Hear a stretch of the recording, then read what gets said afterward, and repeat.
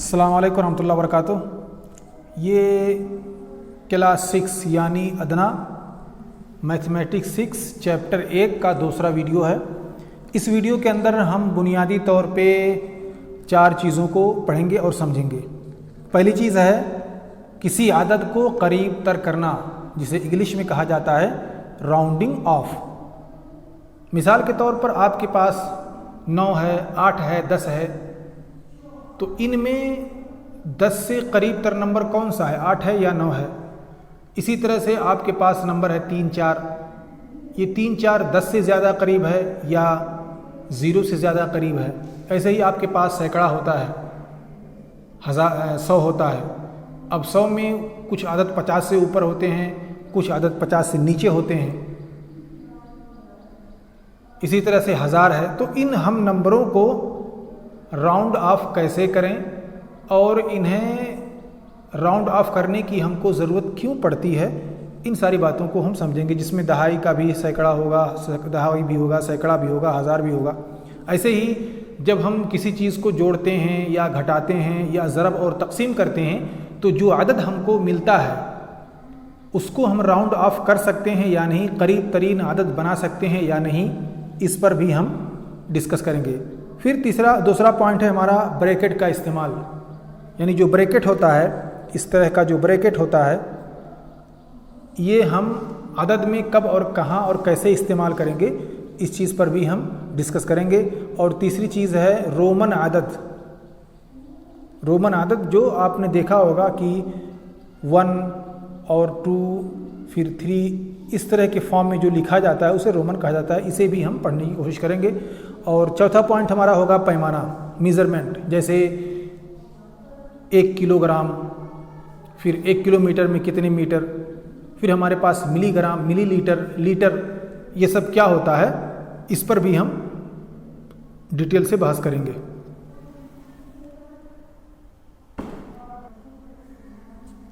तो चलिए हम आते हैं अपने पहले पॉइंट की तरफ। हमारा पहला पॉइंट है किसी आदद को करीब तरीन करना, राउंड ऑफ करना। अब राउंड ऑफ होता क्या है, इसे हम समझ लेते हैं। मिसाल के तौर पर हम राउंड ऑफ में 3 आदद को पढ़ेंगे, दोहाई की आदद, सैकड़ा और 1000। अब हमारे पास मिसाल के तौर पर 2 नंबर है, एक है 6 और एक है 3।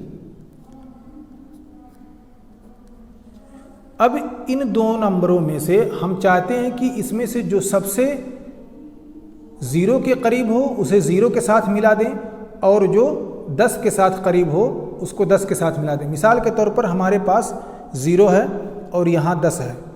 इन 6 और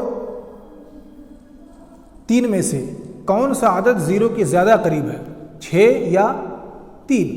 हमारे पास चूंकि यहाँ 5 होता है, ये 5 मिडिल क्लास है, ये बीच में होता है। अब जो आदद 5 से नीचे हो उसे हम 0 के कैटेगरी में डाल देते हैं, और जो आदद 5 से ऊपर हो उसे 10 के कैटेगरी में डाल देते हैं। हमने यहाँ 6 लिख दिया और यहाँ 3 लिख दिया। इस तरह से हमने किसी भी आदद को उससे करीब तर कर दिया। अब यहाँ पे 3 जो है वो 0 के ज़्यादा करीब है और 6 जो है वो 10 के ज़्यादा करीब है। और हमने अपना अंदाज़ा लगाया और उसको देखा कि 5, 10 और 0 का बीच है, तो 5 से जो छोटा आदद है उसे हम 0 के साथ मिला देंगे, और 5 से जो बड़ा आदद होगा, 5 या 5 से बड़ा आदद, उसे हम 10 के साथ मिला देंगे। ये हुआ दोहाई का। अब हम आते हैं सैकड़ा पर। अगर हमारे पास मिसाल के तौर पे एक आदद है 60 और एक आदद है हमारे पास 80 और एक और आदद है हमारे पास 35 यानी 35। अब इन आदत को हम देखें, हमारे पास 100 है। अब 100 का आधा कितना होगा? 100 का आधा आपको मिल जाएगा 50। अब 50 से जो आदद करीब है हम उसे 50 के साथ मिला देंगे, 50 से जो नीचे होगा हम उसे 0 के साथ मिला देंगे या 100 के साथ मिला देंगे, या उसे हम 0 कर देंगे और जो ऊपर आएगा उसे हम 100 के साथ मिला देंगे। अब यहाँ पे 35 है, 50 से 50 के नीचे 35 है। अब हम इसको 0 के साथ मिला देंगे और 50 के ऊपर जो अदद होगा हम उसे 100 के साथ मिला देंगे। तो इस तरह से हम 35 को, फिर हमारे पास यही 0 का अदद मिलेगा, बीच में हमको 50 मिलेगा और यहाँ हमको 100 मिलेगा। अब जो अदद 0 से करीब है, 50 के नीचे है, 0 से करीब है, उसे हमने 0 के साथ कर दिया, और जो अदद हमको 100, 50 से ऊपर 100 के करीब है उसे हमने 100 के साथ कर दिया। अब यहाँ पे 85 भी हो सकता है, 95 भी हो सकता है, यहाँ पे 35 के अलावा 25 भी हो सकता है, यहाँ पे 45 भी हो सकता है, ऐसे ही 05 भी हो सकता है, 10 भी हो सकता है। कोई भी नंबर हो जो 50 से नीचे हो उसे हम 0 के साथ मिला देंगे, और जो अदद 50 से ऊपर हो हम उसे 100 के साथ मिला देंगे। अब आते हैं हम 1000 पर। मिसाल के तौर पर हमारे पास है 550, दूसरा अदद है 660, तीसरा अदद है 790। अब यहाँ भी हम देखें कि हमारे पास एक 0 है और एक इधर 1000 है, और 1000 और 0 का आधा जो होगा वो 500 होगा। अब 500 से जो ज़्यादा है उसे हम 1000 के साथ मिला देंगे, और 500 से जो कम है उसे हम 0 के साथ मिला देंगे। अब यहाँ देखें कि हमारे पास 500 से कोई अदद कम है, ये 550 है, ये 1000 के साथ चलाएगा, ये 660 है, ये भी 1000 के साथ चलाएगा, ये भी 1000 के साथ, ये तीनों आदत जो है वो सब मिल करके 1000 के साथ चले आएंगे। हमारे पास इस वक्त कोई भी आदत ऐसा नहीं है जो 0 के साथ मिल पाए। फिर हम मिसाल के तौर पर हमको मिल गया 450। अब ये 450 जो है वो 500 से कम है, इसलिए हमने इसको 0 के साथ मिला दिया। तो यहाँ पे हम लिख देंगे 450, और यहाँ लेंगे 790, 660, 550। ये आदत हमको मिला। अब हम आते हैं एक और स्टेप की तरफ। मिसाल के तौर पे हमने किसी अदद को जोड़ा या किसी अदद को घटाया या तकसीम किया और ज़रब किया, और हमको जो जवाब मिला वो मिला 425, और हमसे ये कहा गया कि आप इसको राउंड ऑफ कीजिए। फिर हम क्या करेंगे, यहाँ पे 25 है, 400 हमारे पास है, यहाँ पे 25 है। अगर मिसाल के तौर पर हमसे कहा गया राउंड ऑफ कीजिए, तो हमने इसको सिर्फ 400 पे ही रोक दिया और हमने 25 को 0 बना दिया, क्योंकि 100 दहाई के अदद में है और हमने इसको 0 की तरफ खींच दिया। फिर हमको मिसाल के तौर पर मिला 455। अब ये 50 से ऊपर है, अगर हम इसको राउंड ऑफ करना चाहेंगे तो राउंड ऑफ के कई तरीके होते हैं, चूँकि दोहाई तक करना या सैकड़े तक करना या 1000 तक करना। हम इसको अगर मोटा देखें तो हम इसको 455 को हम सीधा 500 राउंड कर सकते हैं, क्योंकि ये 50 से ऊपर है तो हमने सीधा इसको 500 कर दिया। 50 से ऊपर जितना भी अदद था हमने उसको 100 मान लिया। इस तरह 4 और 105, तो ये 500 की कैटेगरी में आ जाएगा। हमने सीधा इसको 500 लिख दिया, और इसको हमने 425 था, हमने 25 कट कर दिया, हमारे पास 400 बच गया। यानी हमारे पास सीधा नंबर हो गया। वो नंबर टूटा फूटा नहीं है, 455 नहीं है, 425 नहीं है, 439 नहीं, 440 नहीं, हमारे पास सीधा नंबर 400 है और 500 है। ऐसे ही 600 हमको अदद मिला, 625 हमने 25 को हटा दिया।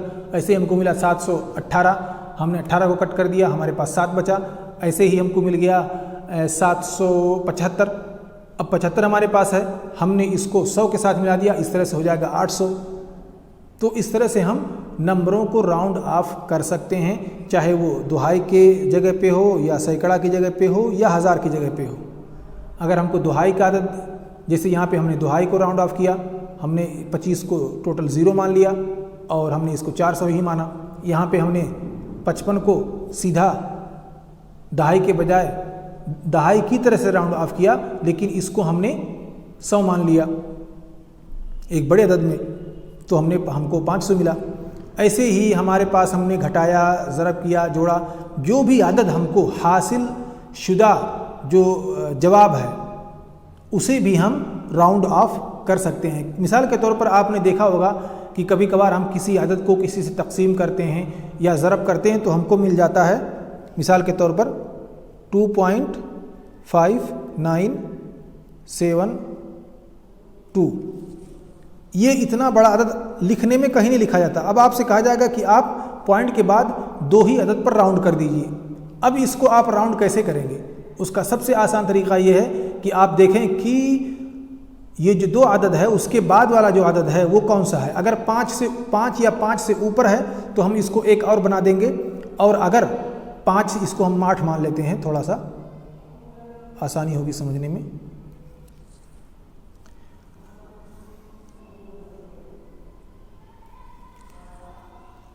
अब अगर 5 या 5 से ऊपर है तो इसको हम कट करके इसमें एक का इजाफा कर देंगे, और अगर ये 4 से नीचे है, 5 नहीं है या 4 से नीचे है तो हम इसको उसी के अदद पे छोड़ देंगे और फिर उसको नहीं लिखेंगे। मिसाल के तौर पर अगर इसको 2.587 को हमको लिखना हो तो हम लिखेंगे 2.59, क्योंकि हमने ये 5 या 5 से ज़्यादा है इसलिए इसको कट करके हमने इसको 9 बना दिया।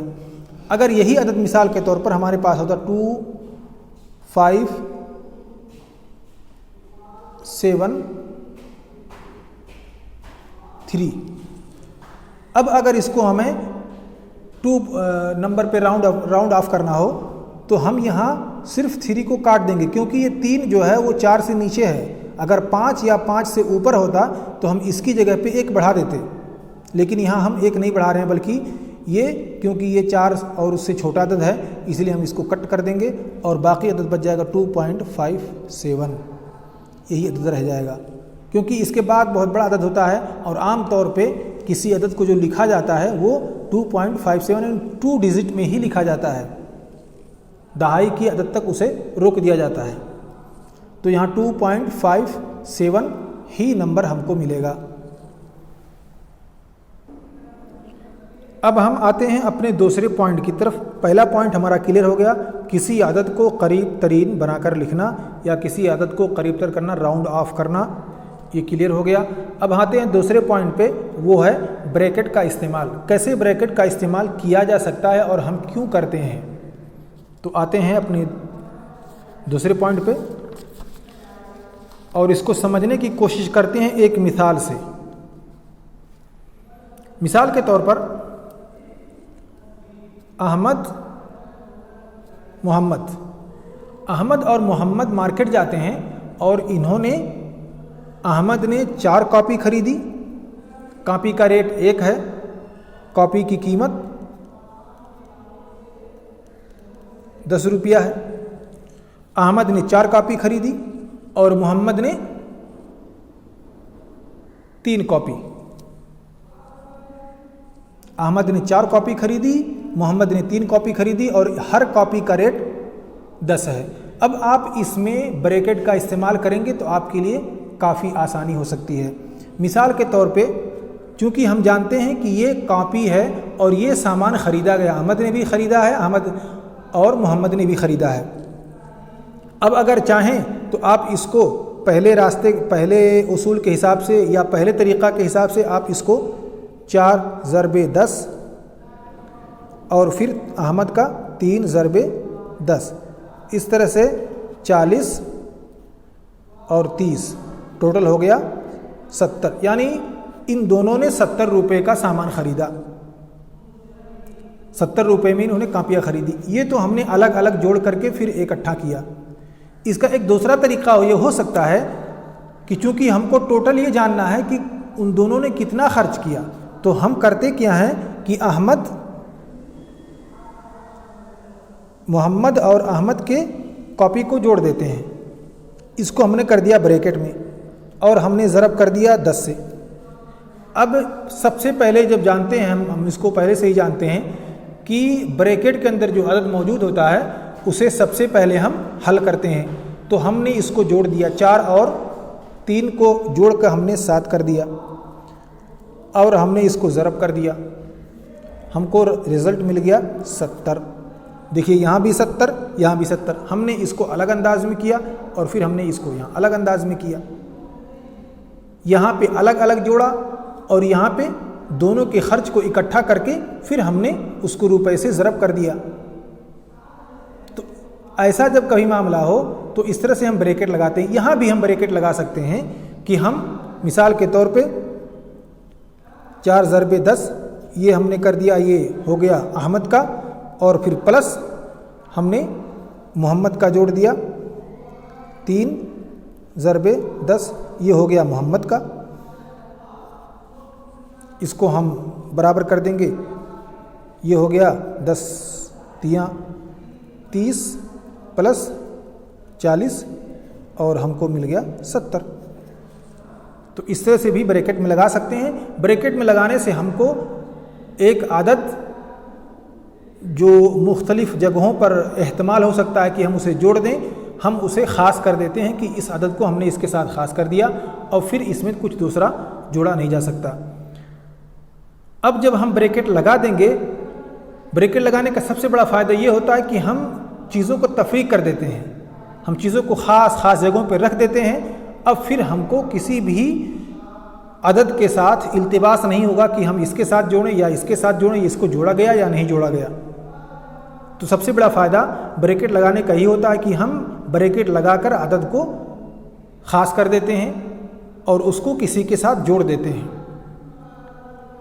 अब जब हम ब्रैकेट लगा देंगे तो सबसे पहली जिम्मेदारी ये होती है, जब हम किसी क्वेश्चन को सॉल्व करते हैं जिसमें ब्रैकेट हो, तो ब्रैकेट को सबसे पहले हम सॉल्व करते हैं। ब्रैकेट ख़त्म होने के बाद फिर दूसरी कदम की तरफ हम बढ़ते हैं। तो यहाँ से हमने ये सीखा कि ब्रैकेट का इस्तेमाल कैसे किया जाए और उसका फ़ायदा क्या होता है। अब आइए हम अपने तीसरे पॉइंट को पढ़ते हैं। तीसरा पॉइंट है रोमन गिनती को कैसे लिखा जाए। रोमन गिनती को कैसे लिखा जाए। रोमन गिनती का लिखना बहुत आसान और सिंपल है। जैसे हम और आप 1 लिखते हैं, ये हो गया 1।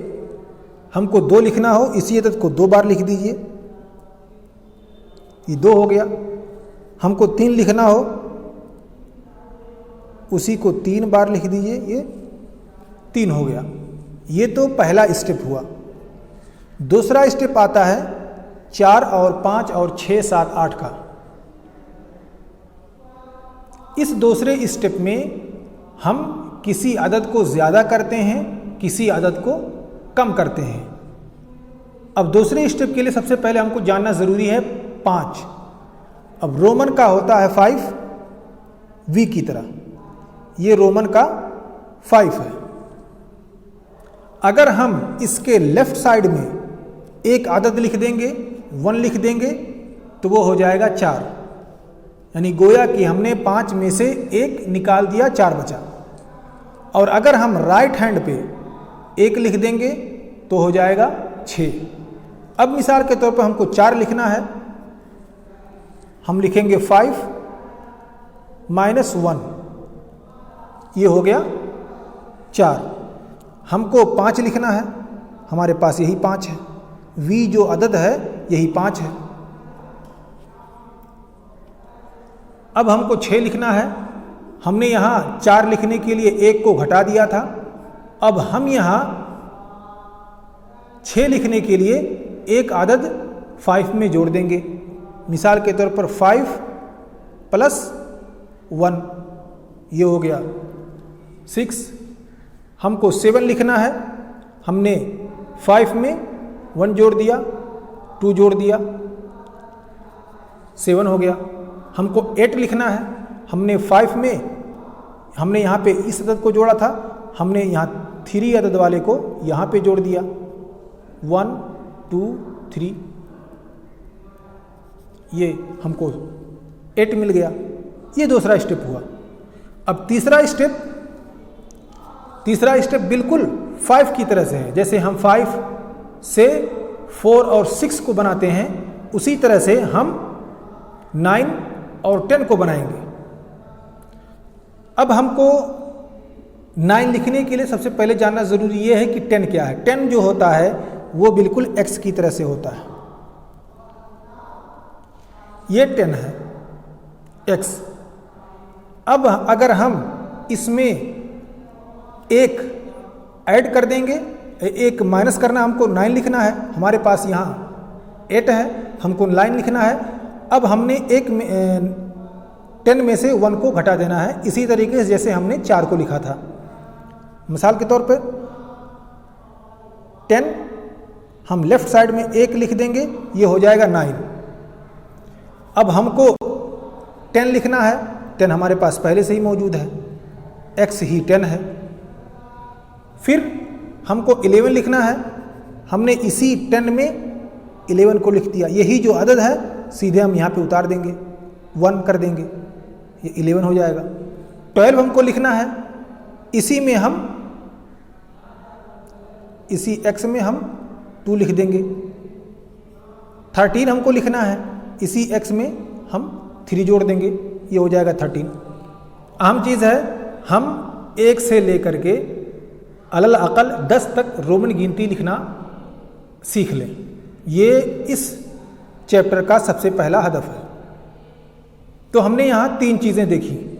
आपने देखा कि पहला स्टेप बिल्कुल 1 2 3 है, 1 2 3 सिंपल। दूसरा स्टेप हमको 5 लिखना आना चाहिए। हम 5 के लेफ्ट साइड में 1 लिखकर हम उसे 4 बना देते हैं, और 5 के राइट हैंड पे 1 लिख करके 6, 2 लिख करके 7 और 3 बना करके, यही जो हमने यहाँ पे 3 लिखना सीखा था, इसी 3 को यहाँ पे लिख देते हैं, तो ये हो जाता है 8। और फिर तीसरा स्टेप है 10 को लिखना।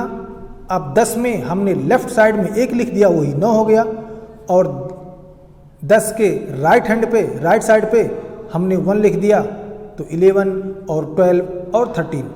तो इस तरह से हमने 1 to 10 रोमन गिनती भी लिखना सीख लिया। आइए हम पढ़ते हैं चौथा पॉइंट, पैमाना, मेजरमेंट।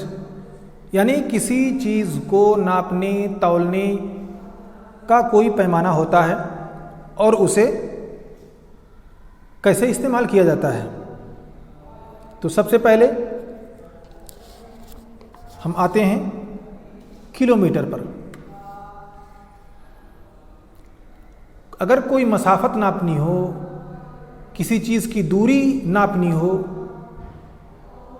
नौगढ़ से लेकर के दिल्ली तक की दूरी देखनी हो, या नौगढ़ से बस्ती या बस्ती से बांसी के दरमियान की अगर दूरी देखनी हो, तो उसे किलोमीटर से ही दर्शाया या दिखाया जाता है। वहाँ पे किलोमीटर का इस्तेमाल होता है। अब ये किलोमीटर कितने मीटर का बनता है? जब हम और आप कपड़े लेने जाते हैं तो कपड़े बेचने वाला हमको मीटर में नाप करके देता है। तो हम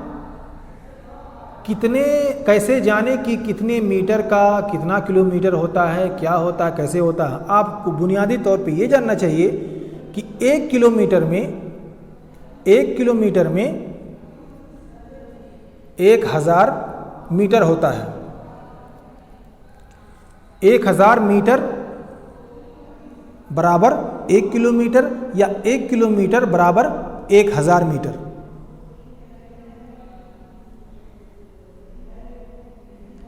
अब 1 मीटर में कितना सेंटीमीटर होता है? मिसाल के तौर पर आप जाते हैं और दुकानदार वाले से कहते हैं कि हमको 1.5 मीटर कपड़ा चाहिए, तो वो किस पैमाने से नापे कि आपको 1.5 मीटर दे सके?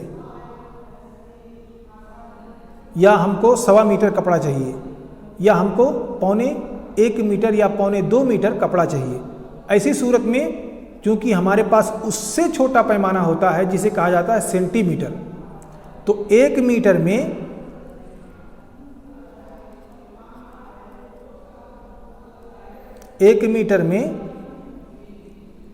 100 सेंटीमीटर होता है। तो अगर हम उससे कहेंगे कि भाई हमको 1.5 मीटर कपड़ा दीजिए, तो वो 100 सेंटीमीटर प्लस 50 सेंटीमीटर और हमको देगा, और इस तरह से वो 1.5 मीटर कपड़ा हो जाएगा। तो हमने समझा कि किसी चीज़ की मसाफत या दूरी को किलोमीटर, मीटर और सेंटीमीटर में नापा जाता है। आमतौर पे सेंटीमीटर चूँकि छोटा होता है इसलिए उसका इस्तेमाल कपड़ों में, इसी तरह से दरवाज़ा वगैरह है उसकी नाप, उसकी लंबाई चौड़ाई नापने के लिए सेंटीमीटर का इस्तेमाल किया जाता है। लेकिन मसाफत और दूरी को किलोमीटर या मील वगैरह में दिखाया जाता है। अब हम आते हैं अपने दूसरे पॉइंट की तरफ, किलोग्राम। हम कोई सामान खरीदते हैं तो हम किलोग्राम में खरीदते हैं।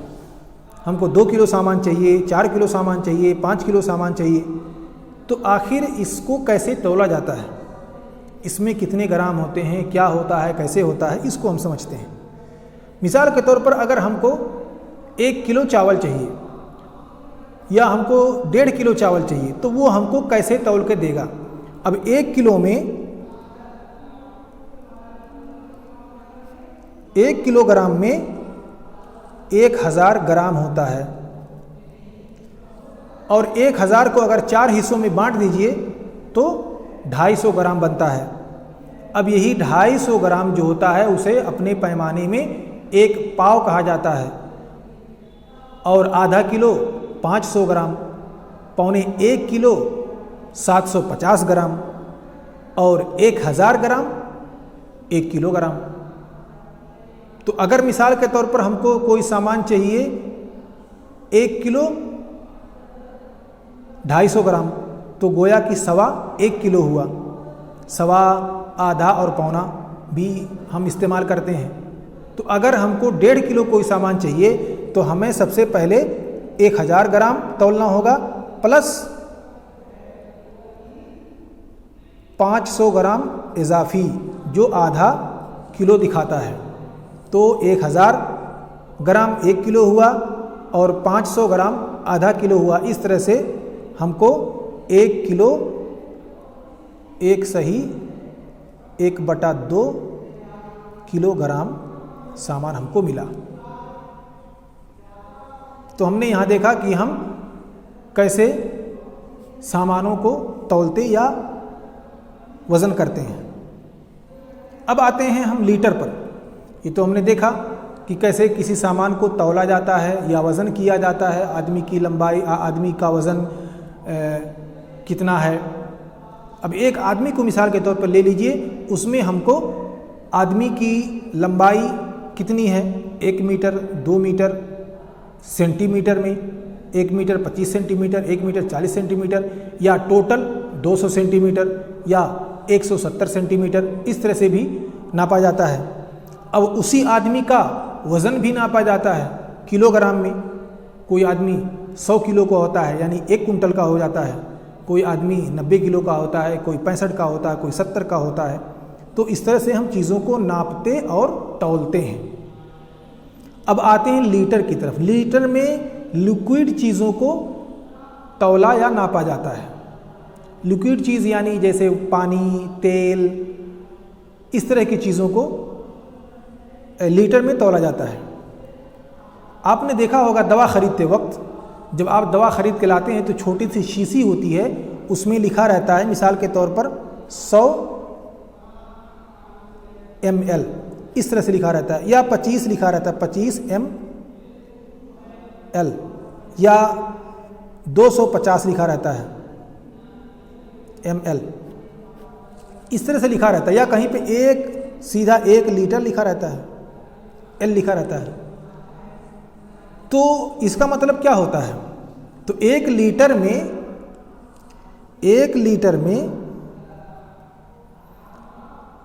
1000 मिली लीटर होता है।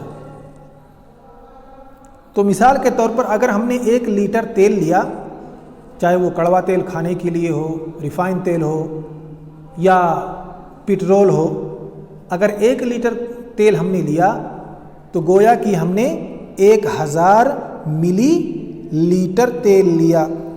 अब इसी को अगर हम 4 हिस्सों में बना दें तो बन जाएगा 250। ये 250 हो गया 1 पाव। यहाँ पे हमने देखा था किलोग्राम में, वहाँ पे 1 पाव 250 ग्राम का होता है और यहाँ पे 1 लीटर का चौथाई 250 250 मिलीलीटर होता है। तो अगर 250 मिलीलीटर लिखा है तो गोया कि 1 लीटर का चौथाई है, और अगर कहीं पर 500 ml लिखा है तो गोया कि वो 1 लीटर का आधा है। तो इस तरह से हम किसी आदत को समझते हैं और उसको पढ़ने की कोशिश करते हैं। तो इस तरह से हमने देखा कि हमारे पास किलो है, 1 किलो में कितना ग्राम, हमने जाना कि 1 किलो में 1000 ग्राम।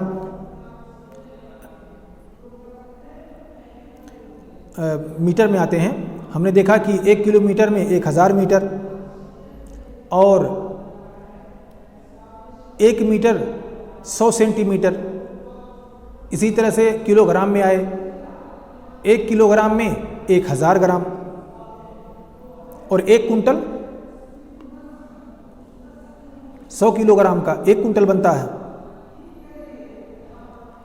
और 1000 ग्राम का 1 किलोग्राम, 1 किलोग्राम 1000 ग्राम। फिर उसी को और तोड़ना है तो आप उसको मिलीग्राम में बना सकते हैं। इसी तरह से हमने देखा लीटर को कैसे नापा जाए। 1 लीटर में 1000 मिलीलीटर। अगर हमको कहीं पता चलता है, कहीं शीशी में या किसी डब्बे में लिखा हुआ हमको मिलता है 525 ml यानी मिलीलीटर, 500 ml यानी मिलीलीटर, तो हम इसे समझते हैं कि ये 1 लीटर का कोई हिस्सा है, कोई पार्ट है, चाहे वो आधा लीटर हो, चाहे वो 1.25 लीटर हो, या वो जिसे हम कहते हैं कि 1/4 हो या 1/3 हो। तो इस तरह से हमने आज के इस दर्स में 4 चीज़ें पढ़ी। पहला, किसी आदत को कैसे करीब तर किया जाए। दूसरा, हमने पढ़ा कि ब्रैकेट का इस्तेमाल कैसे किया जाए और क्यों किया जाता है। तीसरा, हमने रोमन आदत को कैसे लिखा जाए। रोमन आदत चूँकि अक्सर जगहों पर आपको लिखने में मिलता है, देखने में मिलता है, तो उसको कैसे लिखा जाता है, उसको कैसे समझा जाए और उसको कैसे लिखा जाए कि फिर वो आदमी के जहन में बैठ जाए, हमने इसको भी देखा। और फिर चौथी चीज़ हमने देखा कि कैसे पैमाना होता है, मेज़रमेंट क्या होता है, किसी चीज़ की मसाफत और दूरी को कैसे नापा जाए, किसी चीज़ की वज़नाई को कैसे नापा और तौला जाए, और ऐसे ही किसी लिक्विड चीज़ को जो सयाल हो, जो बहती हुई चीज़ हो, उसे हम कैसे नापते या तौलते हैं, उसको भी हमने पढ़ा और समझा। तो ये 4 चीज़ें थी और आज का दर्स जो है वो इसी पर ख़त्म हुआ। अब हम अगले दर्स में इंशाअल्लाह प्रैक्टिकल क्वेश्चन को पढ़ेंगे, समझेंगे और उसको भी प्रैक्टिस के तौर पर हम और आप सब मिलकर लगाएंगे, जिसको कहा जाता है रियाजियात का हल। तो उसमें कुछ मसाइल होंगे, मिसाल के तौर पर फ़लाँ चीज़ ख़रीदा, इतना बेचा, इतना ख़रीदा, इतना नुकसान हुआ, तो कुल कितना नुकसान हुआ, कुल कितना फ़ायदा हुआ। इस तरह के मसाइल जो होंगे छोटे छोटे, उस पर हम पढ़ेंगे और बातों को समझेंगे।